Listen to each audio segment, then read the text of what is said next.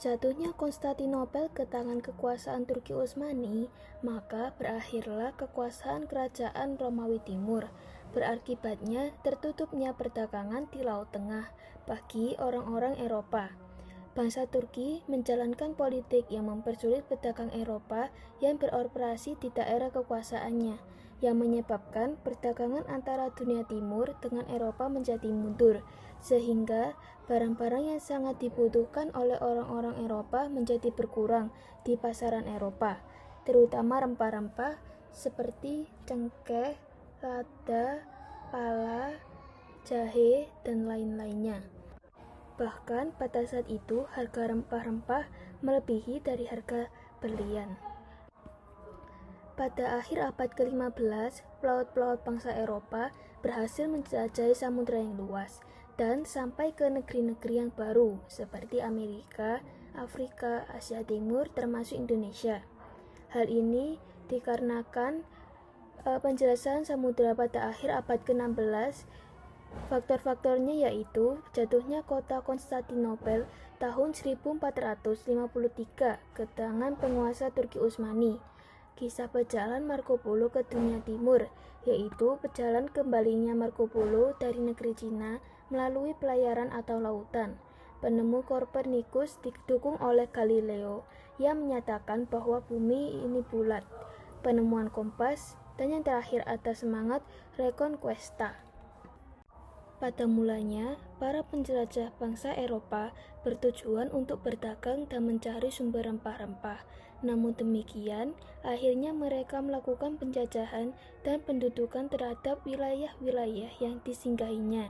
Hal ini tampak pada peta jalur pelayaran para penjajah Eropa yang melintas di Kepulauan Nusantara. Hal ini yang sering kita sebut dengan semboyan 3G. Yang pertama yaitu gold, yang memiliki arti emas. Gold merupakan upaya para penjelajah bangsa Eropa untuk mencari sumber daya baru seperti komoditas langka semacam emas demi kekayaan diri dan bangsanya.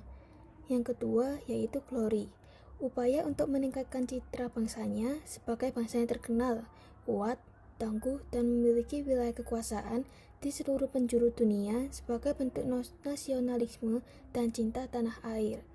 Yang terakhir, gospel, upaya menyebarkan agama Kristen beserta ajarannya melalui penginjilan, yaitu penyebaran kitab suci Injil sebagai bentuk kesolehan dan kepatuhan menjalankan agama dan ajakan para petingginya. Tetapi semua bangsa Eropa tidak melakukan motif ini. Contohnya, Belanda yang dimotori VOC, mereka hanya fokus di gold and glory. VOC membatasi para pendeta Protestan di setiap wilayah jajahan.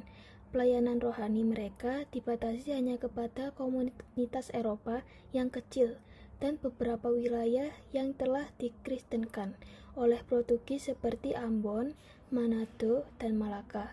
Selain itu, mereka juga tidak berusaha menyebarluaskan bahasa Belanda. Gospel banyak dilakukan oleh bangsa Portugis dan Spanyol karena mayoritas Katolik dan raja mereka sangat menaati Paus di Vatikan.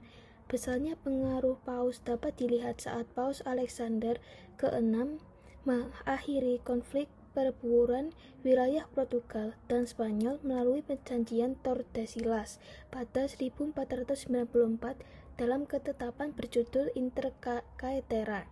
Paus juga menyerukan agar di tiap penjelajahan diikuti oleh kegiatan penyebaran Katolik. Makanya, dalam misi Portugis dan Spanyol selalu menyisipkan misionaris atau pemuka agama.